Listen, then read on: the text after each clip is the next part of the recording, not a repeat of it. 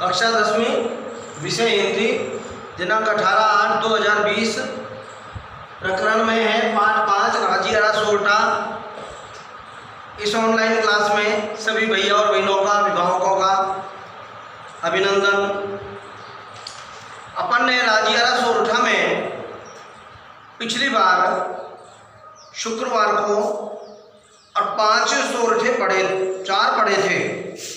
आज अपन 5वां सोरठा पढ़ेंगे। राजिया के बारे में आपको जानकारी दी गई थी कि राजिया का पूरा नाम राजा राम है। ये और एक सेवक के नाते अपना कार्य कर रहे थे, किंतु दुखी इस बात से थे कि इनकी संतान नहीं थी और इनका नाम लेने वाला पीछे कोई नहीं है। इस दृष्टि से इनको सोरठे लिख करके कृपाराम खिड़िया ने और इनके नाम से, राजिया के नाम से इनको उद्धृत किए। उसमें आज है इन्हीं सु अवधात कहनी सोच विचार कर बेमौसम री बात रूढ़ी लगे न राजिया। इन्हीं सु अवधात कहनी सोच विचार कर। हमको यदि अपनी बात को किसी व्यक्ति को कहनी है, हमें अपने विषय को यदि किसी के सामने रखना है, तो पहले हमें उसके बारे में विचार करना पड़ेगा, बहुत सोचना पड़ेगा, समझना पड़ेगा कि जो बात मैं कहने वाला हूँ इस बात का प्रत्यक्ष सकारात्मक प्रभाव पड़ना चाहिए। ऐसा है कि नहीं, तो उसके बारे में पहले उसको उस पर मनन करना चाहिए, चिंतन करना चाहिए, सोचना चाहिए कि मैं जो बात कहने जा रहा हूँ क्या वो बात ठीक है। इन्हीं सु अवधात कहनी सोच विचार कर, क्योंकि बेमौसम री बात रूढ़ी लगे न राजिया। राजिया ने क्या कहा कि बेमौसम यानी असमय, जिस बात को कहने का समय नहीं है और उस समय पर यदि हम अपने विषय को किसी के सामने रखते हैं तो फिर वो बात किसी को भी रूढ़ी मानी अच्छी नहीं लगती है। जैसे मान लीजिए किसी के परिवार में और कोई कष्ट का माहौल चल रहा है, शोक संतृप्त परिवार है और वहां जाकर हम कह रहे हैं बधाई हो, और यदि किसी परिवार के अंदर खुशी का मौका चल रहा है और वहां जाकर हम कष्टप्रद बातें करें कि बड़े दुख की बात है कि आज आपके साथ ऐसा हो रहा है, यानी कि उनके घर में तो खुशी है और आप उसको कह रहे हैं, तो बेमौसम ऐसे में कही जाने वाली बात किसी भी व्यक्ति को अच्छी नहीं लगती है। इसलिए अपनी बात को अगर किसी के सामने रखना है तो रखने से पहले हमें उस बात के बारे में बहुत कुछ सोचना और विचारना चाहिए। पहली किया उपाव दव दुश्मन आमय दटै और प्रचंड हुआ विश्वाव रोभा घाले राजिया। पहली किया उपाव, हमको पहले उपाय करना चाहिए किसका? दव मानी आग, दुश्मन शत्रु का, आमय रोग का।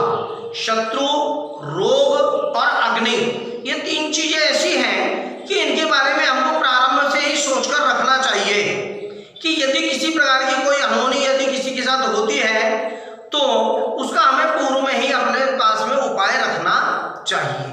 क्योंकि प्रचंड हुआ विश्वास, अगर ये बातें प्रचंड हो जाती हैं, अपना भयानक रूप धारण कर लेती हैं, तो फिर हमें इतना कष्ट देती हैं कि रोबा खाले राजिया, कि हमारे सामने बहुत बड़ा संकट खड़ा हो जाता है।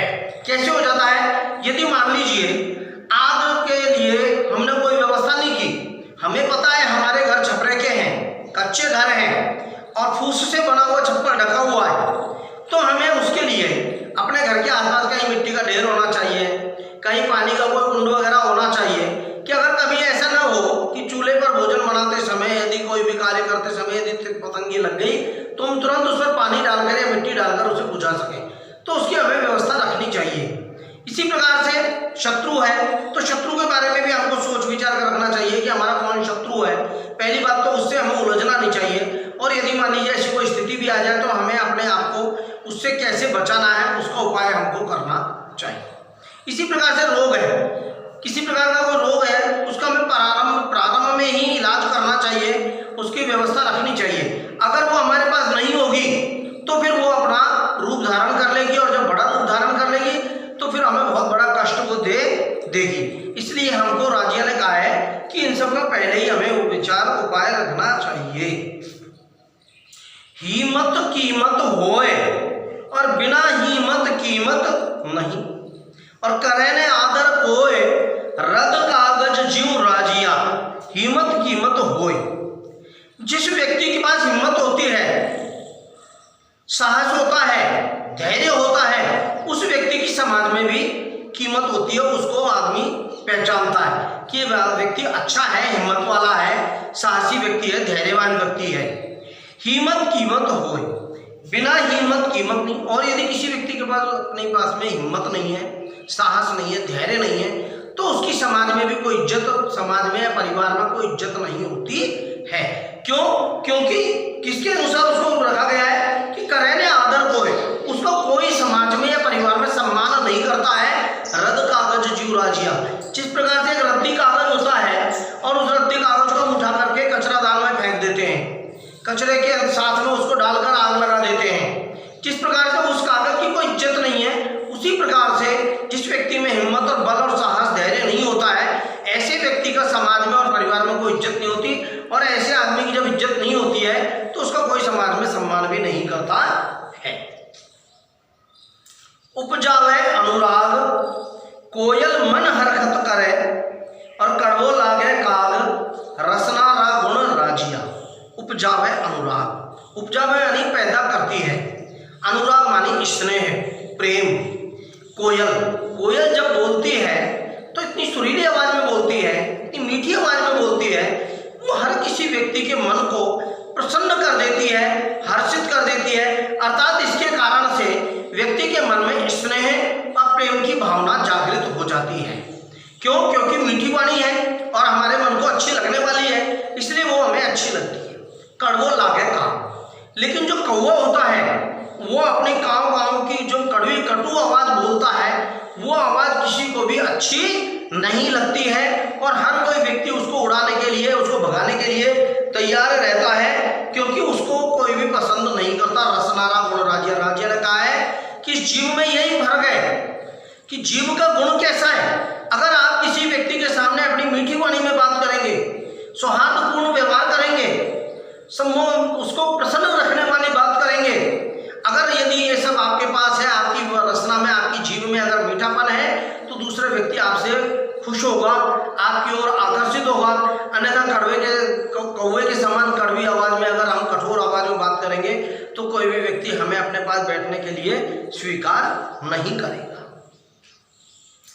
दूध नीर मिल दोय हेक जिसी आकृत हुए और संकरे न्यारो कोय राजहंस बिना राजिया।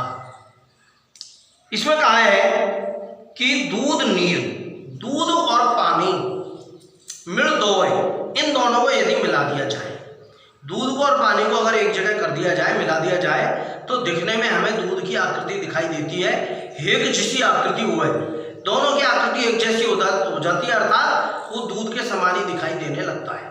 हर कोई व्यक्ति यही कहेगा कि इसमें दूध है, और उसको, दूध को और पानी को कोई भी व्यक्ति अलग नहीं कर सकता, क्योंकि उनके पास में ऐसा कोई साधन ही नहीं है जिससे वो दूध और पानी को अलग कर दे। लेकिन राजहंस एक ऐसा है जिसके पास में ये सब गुण है कि वो उस दूध और पानी को अलग अलग कर देता है। राजिया ने उसके बारे में बताया है कि उसको अलग करने वाला केवल राजहंस है, जो कि दूध और पानी को अलग कर सकता है। मलिया गिर मंझार हर को तर चमन हुए संगत लियो सुधार रूखा ही ने राजिया। मलिया गिर यानी चंदन का पर्वत। जो चंदन का पर्वत होता है उस पे चारों ओर, चाहे वहां के पत्थर को देख लीजिए, चाहे वहां किसी अन्य प्रकार के वृक्ष को देख लीजिए, उसके अंदर हमको चारों ओर चंदन की खुशबू दिखाई देगी और हमारी नाक जो है वो बड़ी प्रसन्न रहती है, क्योंकि उसको चारों ओर चंदन की खुशबू आती है। मलिया गिर मंझार कि मलय पर्वत पर, चंदन के पर्वत पर, उसके बीच में जब भी हम जाते हैं तो हर को तर यानी प्रत्येक जो वृक्ष लगा हुआ, तर का मतलब वृक्ष, प्रत्येक जो वृक्ष वहां लगा हुआ है वो सब चंदन के समान हो जाता है। क्यों? क्योंकि चंदन के साथ रहते रहते उन साधारण वृक्षों के अंदर भी चंदन की खुशबू व्याप्त हो जाती है, क्योंकि उस अन्य वृक्षों ने किसकी संगत ली हुई है? चंदन के वृक्ष की। चंदन के वृक्षों के साथ रहते रहते उनमें भी चंदन के समान खुशबू खुशबू आने लग जाती है। संगत लिए सुधार रूपा इन्हें राजिया। तो इसमें कहा गया है राजिया ने कि जैसी हम संगत करेंगे, जैसे लोगों के साथ हम बैठेंगे, वैसा ही हमारे व्यवहार में परिवर्तन आने लग जाता है। जिस प्रकार से एक वृक्ष को देख लीजिए, एक सामान्य वृक्ष चंदन के वृक्षों के बीच में रहते हुए चंदन के समान खुशबू देने लग गया, उसी प्रकार से हम यदि अच्छे लोगों के साथ, अच्छे शिष्ट व्यक्तियों के साथ रह करके और अपने जीवन को जिएंगे तो हमारा व्यवहार भी शिष्ट हो जाएगा और दूसरों के साथ अच्छा व्यवहार करने के कारण हमारा भी समाज में उच्च स्थान होगा। आज के इस लेसन में अपन इन 5 सोरठों को पढ़े। अब आगे के जो 5 बचे हैं उनको अपन अगले शुक्रवार को करेंगे।